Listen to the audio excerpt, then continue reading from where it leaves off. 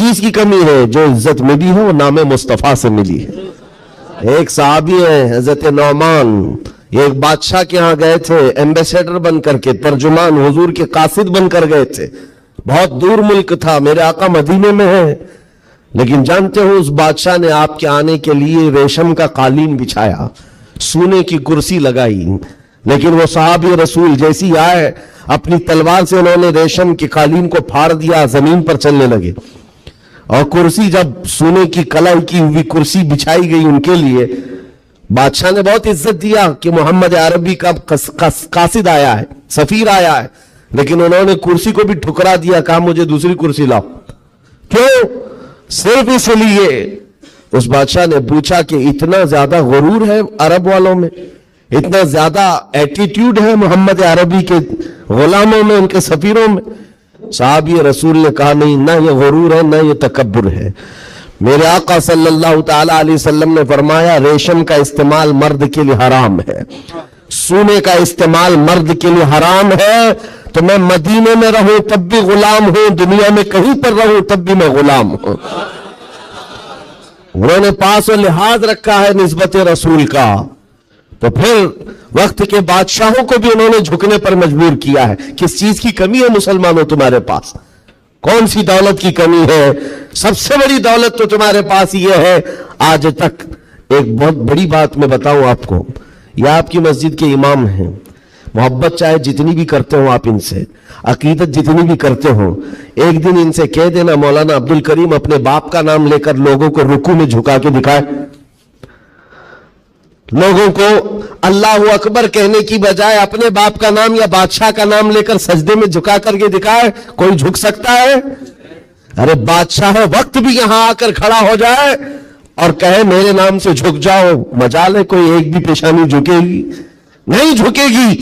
ہاں اگر ایک کمزور کسان کا بچہ بھی حافظ قرآن ہو اور آ کر مصلی پر صرف اللہ کا نام لے، سب کی پیشانیاں جھکتی۔ یہ خاصہ ہے اس قوم کا کہ اس قوم کو اگر جھکایا جا سکتا ہے تو صرف اللہ کے نام پر، باقی کسی کے نام پر یہ پیشانی نہیں جھکتی ہے۔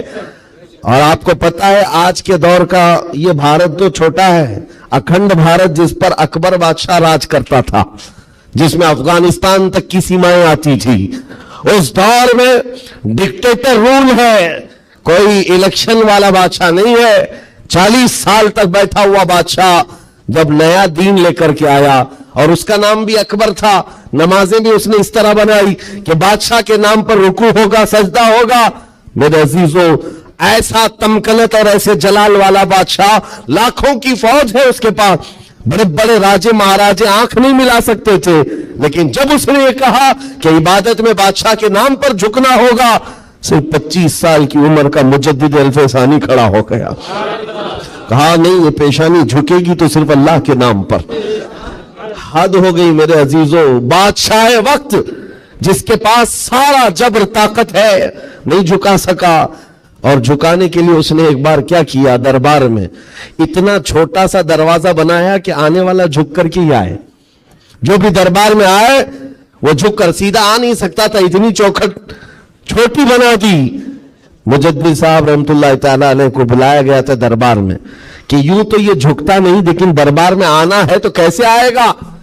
جب وہ قریب پہنچے دیکھا کہ اتنی چھوٹی چوکھٹ بنی ہوئی ہے اور یہاں جانے کے لیے رکوع کی حالت میں جانا پڑتا ہے۔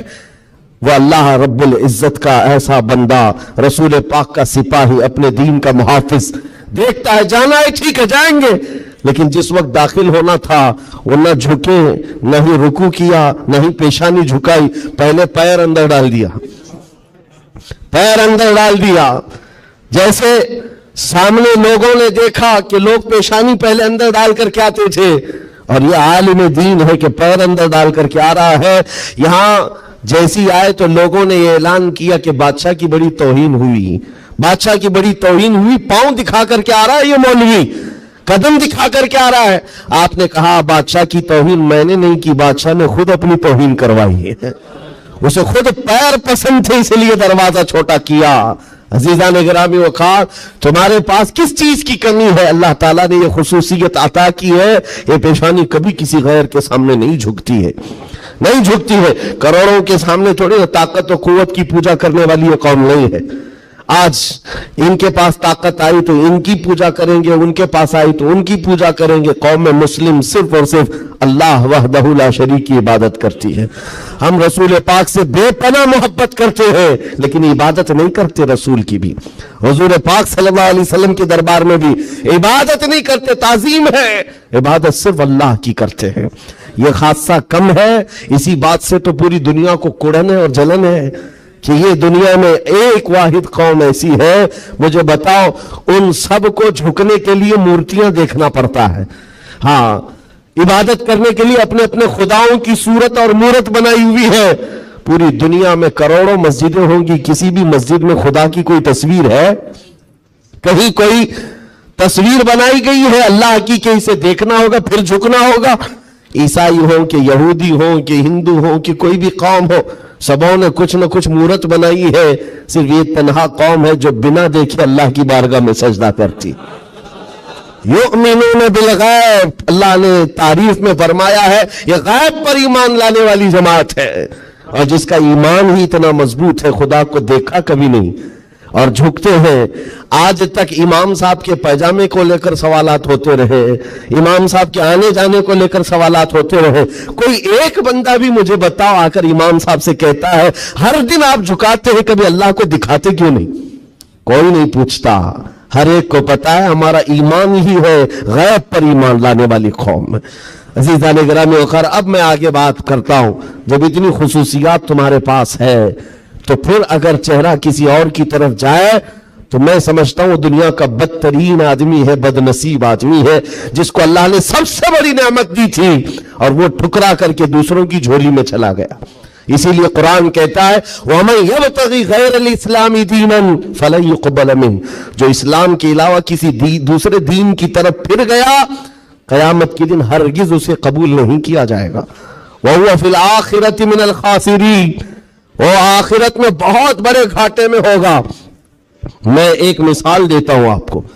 ایک جو گھٹنا گھٹی ہے, ایک حادثہ مکہ مکرمہ کا, ایک حادثہ جو لکھا ہوا ہے کتابوں میں. قبرستان میں ایک وہاں پر جب کسی کا انتقال ہوا, ایک صاحب ہیں وہ حاجی ہیں, وہ کہتے ہیں کہ جب قبرستان میں ہم گئے تو دفن کرنے کے لیے قبر میں قبرستان کی ساری چیزیں بھری ہوئی تھی, تو لوگوں نے ایک قبر بتائی. ایک حاجی صاحب کا انتقال ہوا تھا, کہا کہ ان کو اسی قبر میں دفن کرنا ہے. لوگوں نے کہا یہاں ایک عالم دین کی قبر ہے. اب مکہ مکرمہ کے قبر ایسے ہیں کہ 6 مہینے سال بھر کے بعد کھل جاتے ہیں, اور ممبئی والوں کو سمجھانے کے لیے آسان بھی ہے کہ یہاں پہ بھی کھول دی جاتی ہیں, جگہ کی قلت ہے. تو جب دفن کرنے کے لیے اس عالم دین کی قبر کھولی گئی تو وہاں وہ عالم دین نہیں ہے, وہ ایک جوان لڑکی سوئی ہوئی ہے, ایک نوجوان لڑکی ہے.